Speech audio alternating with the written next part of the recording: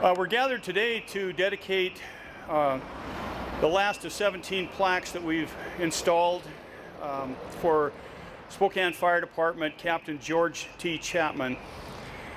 And before we get started, I'll just would like to introduce a few people. My name is Gregory Borg. I'm a lieutenant on the Spokane Fire Department. I've been a firefighter for 40 years. I know that's a long time. It's probably going to end soon.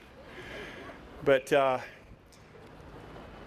Chief Williams is here representing the department. Chief, where is he gone? There, right over here.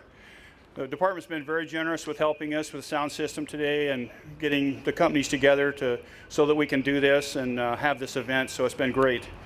Help us facilitate closing the street and that sort of thing. So it's been very nice.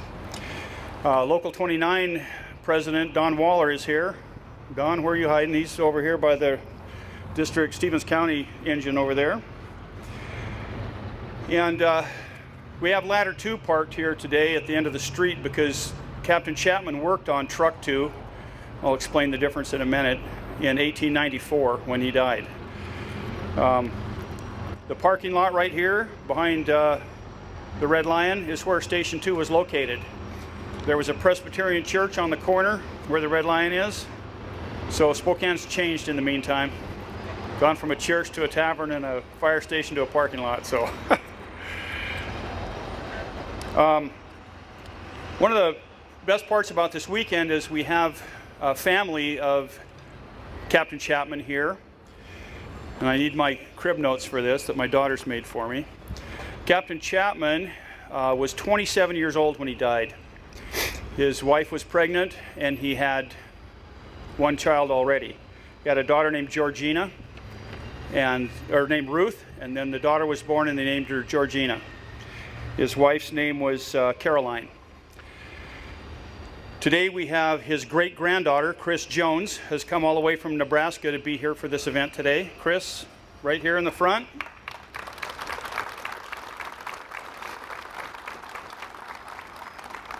And we have Amber Beltrand, who is the great-great-granddaughter of George Chapman. Amber here.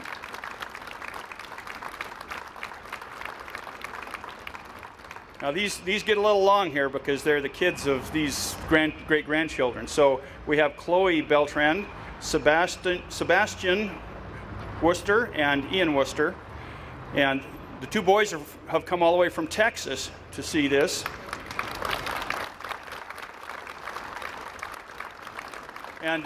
And these kids here today are the great-great-great-grandchildren of George T. Chapman.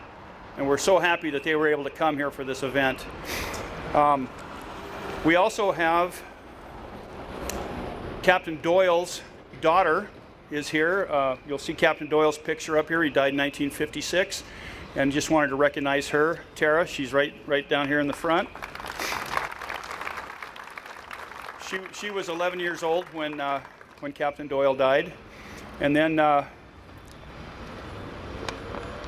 is John Knighton's family, anybody from John's family here today? Don't see me, they couldn't make it. And then Chief Hanna, is Chief Hanna out here? There he is in the back. Our own Deputy Chief Bob Hanna, his dad is Captain Bobby Hanna, who died in 1980. So that's the best part about doing this whole project has been finding family and getting to know some of these people, the families, having them come here, getting in contact with them online and sending pictures to them. We had a family that our committee was able to find for alarm operator Bunnell. You'll see he died in 1930, excuse me, the guy with the white tie on there. His family did not know that he was a fireman. And they did not know, of course, that he died in the line of duty. And when we contacted the family, they were kind of dumbfounded. Although they had been coming to Spokane from California to a lake place at Loon Lake. Turns out the lake place at Loon Lake had been purchased by Charles Bunnell when he was on the fire department. And they'd been going to this place that had been handed down through the family all these years. And they were enjoying this, but they they were so delighted to find out that the history behind it from their family and this part of their family that they didn't know anything about. So that's been some of the best part of doing this whole project. This engine that I'm standing in right now, and I'll just take a minute. Today we call an engine a vehicle that pumps water an engine. All these rigs we see parked over here are engines. Before 1968 on the Spokane Fire Department we called them wagons. And that comes from the term hose wagon, which they used at the turn of the century, the last century, not this one. And so you'll notice on the signs here that we've addressed the rig they worked on was a wagon that they worked on. This apparatus that I'm standing in right now was Wagon 7. The station's of First Magnolia, still there, opened in 1905. This engine is a 1936 American LaFrance, was Wagon 7 for the Spokane Fire Department. Was at the fire, went to the fire with Captain Gustafson on it, and he died at a fire downtown in Spokane after riding this wagon to the fire. And so this is part of our history, and we're proud to have it here today. The ladder 2 that's here today, they used to, before 1968 we called our ladder companies trucks. That's why George Chapman says he worked on T2 or Truck 2. And they were truck companies at the time. We call them ladder companies now. They mean the same thing, depends what city you're in. So I came up with this idea a few years ago, actually while I was union president, about 10, 12 years ago. And I wanted some way to recognize the firefighters that had died in the line of duty. I'd always been interested in history of the city and the department. And so I started doing some research. Back in '83, I had done a research paper on and found out who had died on the line of duty, but as it turns out, I wasn't a very good researcher when I was 33 and got some facts wrong and some things wrong. Well, we've corrected all that in the meantime with my committee's help to get this project done. So we found out we had some names wrong, spelled wrong, and we had a few dates wrong and things like that. So we've tried to correct all those as we've gone through this process. You want to make sure you get it right before you cast it in brass and lay it in the street. So it's kind of hard to fix after you do that. So then we had to go about raising money to do this, and we decided to do it with no public funds. So it's all been done with private funds. We received our biggest support from Spokane Firefighters Local 29 and Spokane Firefighters Credit Union. Were great supporters of us. Other local unions, Valley Fire, Fire District 9, Seattle, Tacoma, Everett, they've all sent us money to help us complete this project. We also got donations from the Spokane Fire Department fund that helps with community projects. And then we had an auction. We held an auction where we raised a significant amount, about $4,000 in the end. And then we've had personal donations, some quite sizable from individual firefighters and citizens. So that's kind of where the idea came from. My idea was somehow get the public to be able to see and recognize these guys who've died and these firefighters who've died.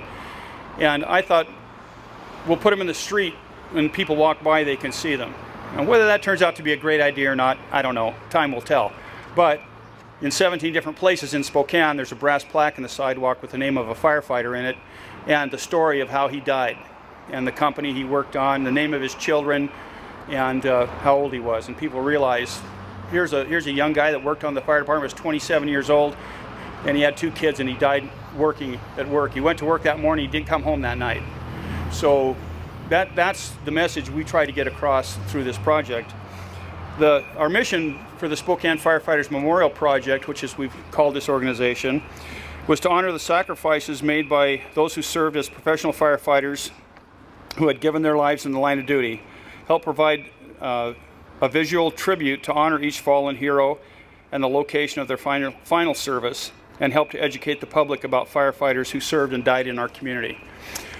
And we've put these plaques at the site where the men actually died, and we've dedicated their individual plaques on the day that they died. So George Chapman died 126 years ago today, May 25th, 1894.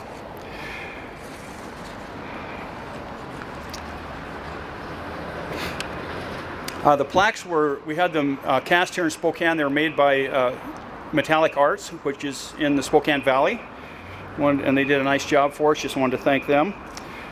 We had a lot of people help us, a number of firefighters volunteer to help us, and we had private citizens come and volunteer to help us, which was great. They saw our Facebook page that we had and said, hey, I'd like to be involved in that. What do I do? And so we found things for them to do as we worked our way through this. My main guys that did the construction and the installation of the plaques, besides myself, was Dan Wilson, Lee McNamee, and Brett Hatcher, who are all firefighters with the city of Spokane. So I want to thank those guys and all of you who volunteered to help. We had people, when we put the plaques in the ground, we had to have people sit by each plaque until the cement dried. So they were concrete watchers. Can't think of anything more boring, but they did it. And we had some citizens come forward and do that just because they wanted to. And they've been with us through this whole project. It's been great. And we had a few interesting incidents happen, people walking right in wet concrete, and we had to go back and fix it, and people throwing rocks in it and sticking sticks in it. And so even though we had people there, it's crazy. When these firefighters died, their worries were over with. They were done having to worry about their bills or their kids or getting the front stairs fixed or whatever. But their families weren't. Their families were left behind. And one of the most poignant stories we had as we've gone through this process is when we talked to Tara, Captain Doyle's daughter, and she explained to us how their family was thrown into poverty after this happened. They had been a family, just work-a-day, working people, had a house, job, paid the bills, everything was going as it does for all of us. And then Dad died. He was killed at work. He had a 4,000-pound safe crush him to death in the basement of the Peyton building. That point on, they had no income. They didn't have any way to pay their bills anymore. And fortunately, since 1956, those things have changed for firefighters who died in the line of duty through the efforts of fire service leaders, through the union, and our lobbying efforts in Washington, D.C. So firefighters now, when they die in the line of duty, get a sum of money from the government, and also in the state of Washington they get an amount of money, and that's to help their families get through that time and to help them get started again. And all these firefighters who died before the 1970s, there was nothing there for them. They had, some of them had a pension in the 70s and 60s, but prior to that there was really nothing for them. And that's the real thing we want people to remember, is when people die at work, whether it's at this job, whether it's driving truck, or whether it's on construction or whatever it is, they die at work and the breadwinner's gone. It's really hard on the family, and that's the thing we want people to think about. So what I'd like to do next is, and the fire helmet you see down in the front here in that little stand, that's an original Spokane Fire Department helmet. Would have been exactly the kind of helmet that Captain Chapman and his crew would have worn, that same type of helmet. They were made of leather, and it's kind of full circle. Today we have leather helmets again that we wear on the job. They're safer than these helmets. Not a whole lot different, but they have better penetration protection and better crush protection. So the fire service is a funny thing. We hang on to these things. 150 years of service with no change at all. So even though the chief, he keeps trying to change us, but sometimes it doesn't stick too well. So I'd like to tell, the next thing I want to do is tell Captain Chapman's story. So he came to work that day, and I'd also like to remind you, in 1894, 4-year-old department, the guys worked every day. They didn't have there's no time off, no vacation. You had 1 day a month off. You could go home and do something. Most of the guys lived very close to the station. They could go home for dinner, and they could go home for lunch. So you got to see your family twice a day, and then 1 day a month. Of course, they could come by the station, but that was it. You lived at the firehouse, and so that's where he was. So Captain George T. Chapman was assigned to Truck 2. He was on the SFD for 4 years. And he was 27 years old. I don't think we ever had a 27-year-old captain besides Captain Chapman, but when the department gets organized, they hire 30 people, and they need officers. They got to pick the guys they hired. So he was a whether you see that as lucky or not, because it didn't turn out too well. But anyway, Captain Chapman had the boys, this is from the newspaper, out training on the aerial ladder at Station 2, located here on Main at Division. They had used the ladder at various angles, and the captain had them set it at kind of a low angle. Some of his crew said, "That's not really that safe like that. I don't think we should climb it at that angle." And Captain Chapman, wanting to lead his troops and show, well, I can do it, then you can do it. So he climbed up the ladder, and when he got to the top of the ladder, the tip of the ladder broke off and he fell.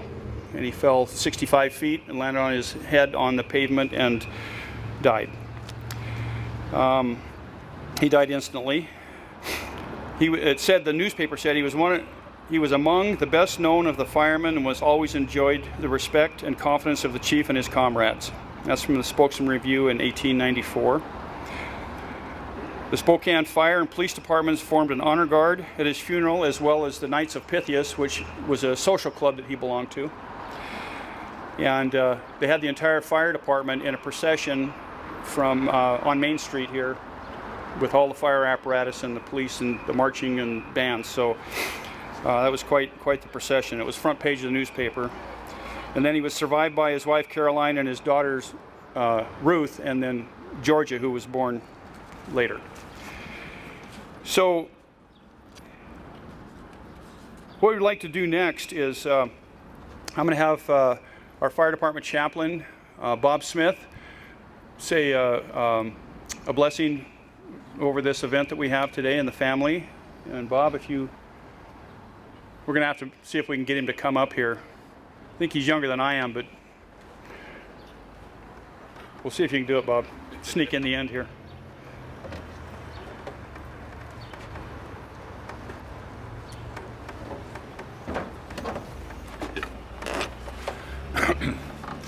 Chief said duck when you get up there.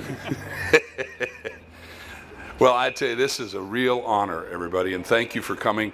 I want to just take a moment before we say this prayer to tell you, this has been an outstanding, remarkable project. Greg and his wife his family, just gathered a crew of people to make this memorial project happen. And I'd just like to encourage you to give them a hand of thanks for all that they've done for our community and our city.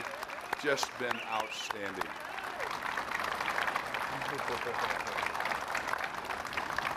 Honestly, it's just, I've been with our fire department for many, many years, and you have certain benchmark things. This has kind of taken us down that journey as well. My engagement with different just guys in service. I've had a few that I've been a part of the story. But it's to hear all of these 17 individual unique stories of those who've paid the ultimate price, and the research that Greg and his team did to put this together at each of these stories. Again, this is a remarkable piece that they've given you. If you haven't got one of those, you want to make sure and pick it up. It'll tell the story of each one. It's a history of our community, a history of who we are. You can build a community. They build around the fire departments, police, those that go out and put their lives on the line.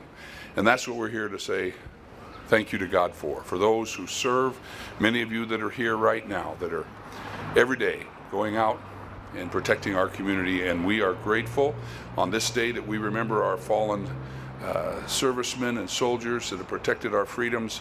I find it very unique that we're able to stand here and thank our civil community servants that do the same thing for us, day in, day out. Make us safe. Would you bow with me as we pray? God, we are thankful. I'm thankful, Lord, that there are people that care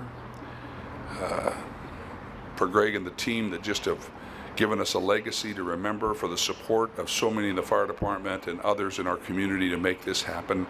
It is a legacy of lives that are important and significant. The ultimate sacrifice for the things that we take so for granted, of safety, freedom on this Memorial Day. We are grateful. We are a grateful nation. Lord, we come today to just thank you again for Captain Chapman, and to thank you for his service, as we have for each one of these, as we remember each one. We thank you that they are an example, a model for all of us to never ever take for granted the safety, the blessings that we have. In our community here in Spokane, we say thank you, amen. Thanks, Bob.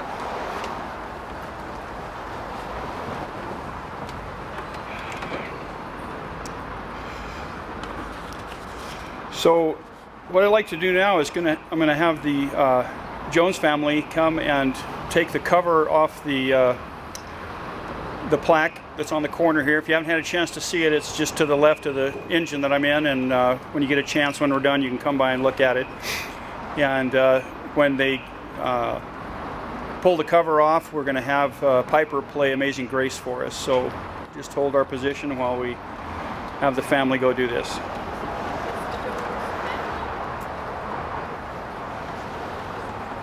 Oh, we didn't put it on.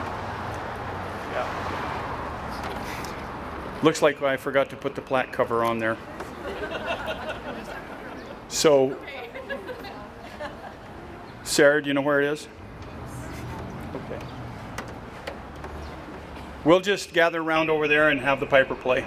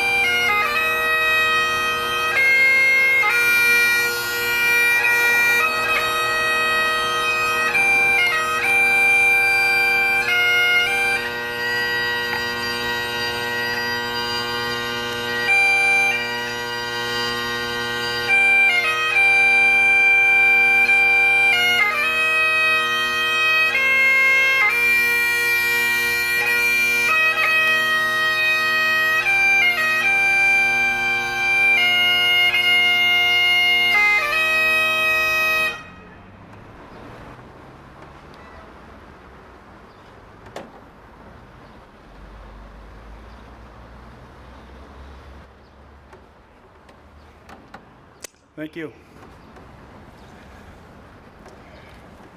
You know, as I stand up here and look at these 17 faces, realizing they're looking at us out of the past of our department and our city, brothers that do the same job we're doing, and it just makes me want to remember them more and just make sure that we do our job, that we train hard, don't get ourselves in bad situations, and that we remember these lessons we've learned from the passing of these firefighters, so that what happened to them doesn't happen to us, any of us, in the future. So, because this is our last event, we're going to take a minute now and remember all 17 of these firefighters. We have family of 3 of the firefighters here. Is there any other family here that I've missed that is a relative of one of these 17 besides Doyle, Chapman, and Hannah? Anybody else here? Okay, what we're going to do now is we're going to read the names of the firefighters and place their name on our flag, on Local 29's flag. They occupy that space all the time. They're on the flag all the time, but today we're going to go through this process of putting the names on the flag so we remember each one of them. And when we get to the names of the men who have relatives here, we'd like to have them come forward and put their ancestors' name on the flag. So we'll start with, we're going to start with John Knighton, fire equipment operator John Knighton, ladder 4, June 30th, 2013.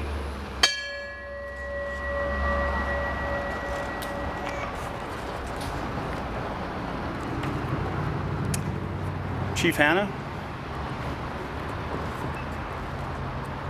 There he comes.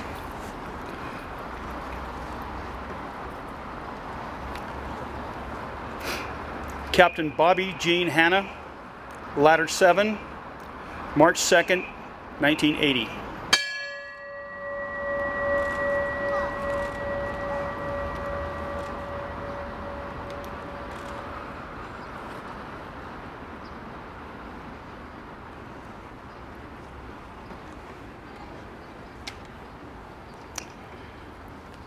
Firefighter Paul J. Heidenreich, Snorkel 1, September 12th, 1982.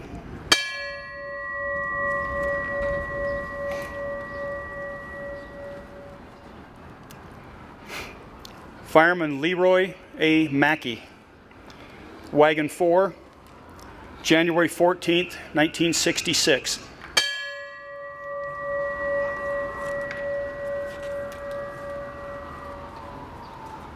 Tara?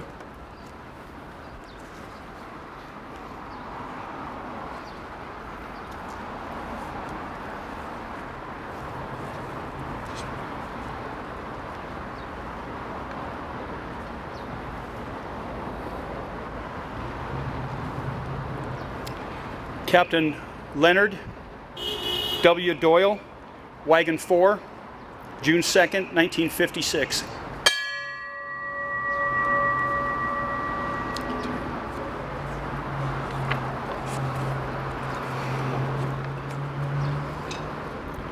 Superintendent of Alarms, George H. Stewart, February 2nd, 1947.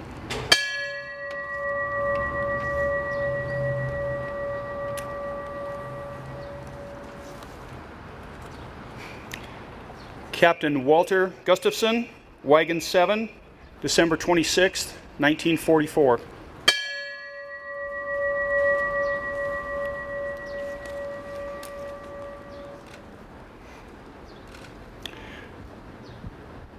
Alarm Operator Jesse Lee Boer. Alarm Board, February 25th, 1942.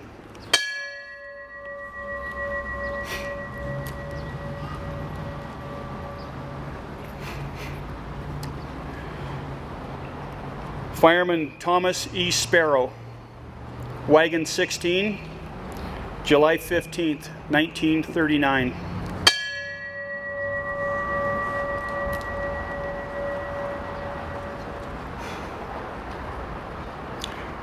Alarm Operator Charles O. Bunnell, Alarm Board, October 6th, 1930.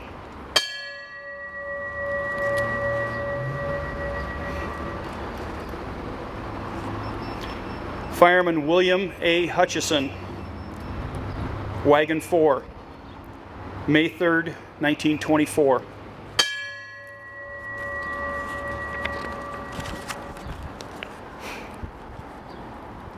Lieutenant Warren S. Willis, Truck 5, January 11th, 1920.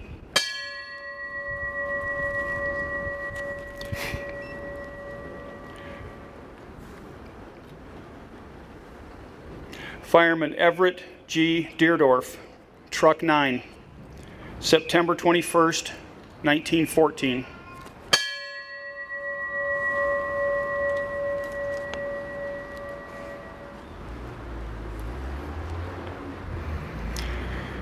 Fireman Henry J. Maynard, Hose Wagon 5, July 25th, 1909.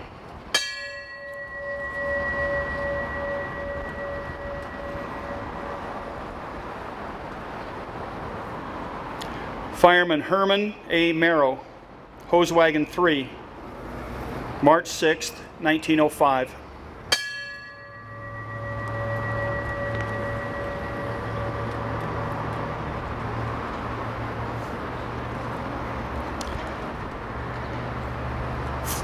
Fireman John Lynch, Hose Wagon 3, October 8th, 1902.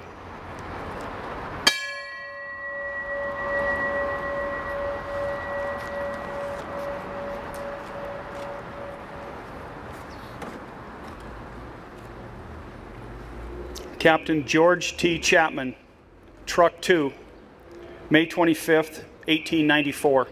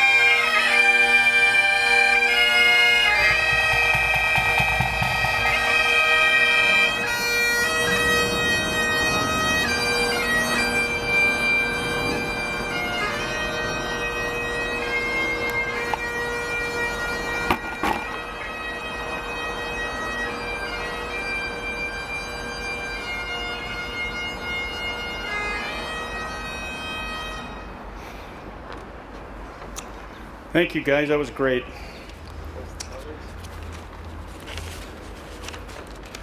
We just have a couple more things here.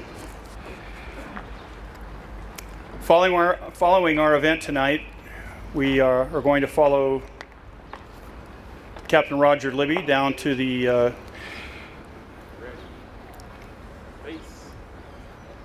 Bank of America at Riverside and Wall, and he's going to finish his Never Forget 343 Stair Climb Memoriam. We'll start at 5:30.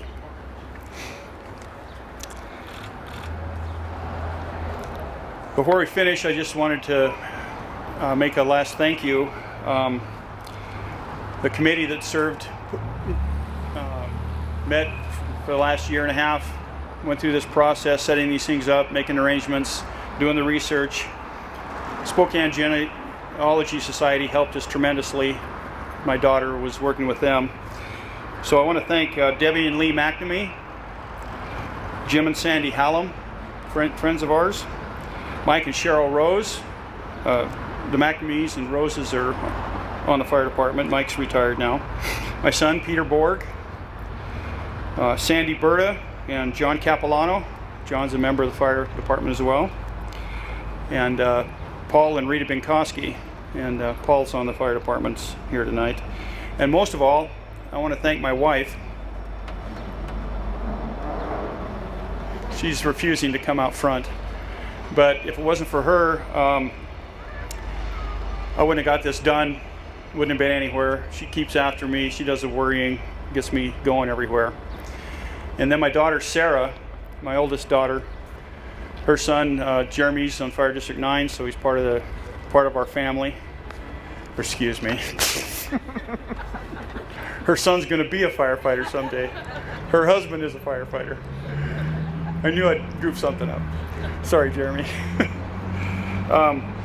Anyway, Sarah has been the real power behind this, getting things organized, buying things, taking care of programs. There's 2 programs tonight. One, I want to thank the department for printing, the one with the red cover. Chief Williams helped me get that done through City Reprographics. And then we had our own program, which we've done at every event for Captain Chapman, is the one we've done at every event similar to that. So we'd like to make sure you take one of those with you. And just with a final thanks to Sarah and my wife Sue and the committee. Thank you.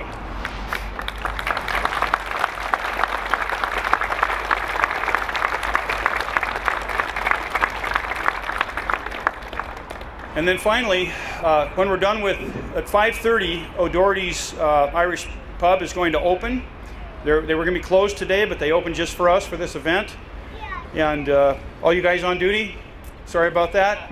The rest of us are going to be at O'Doherty's, and we invite everybody to come with us and come and tell some stories, share some history with us.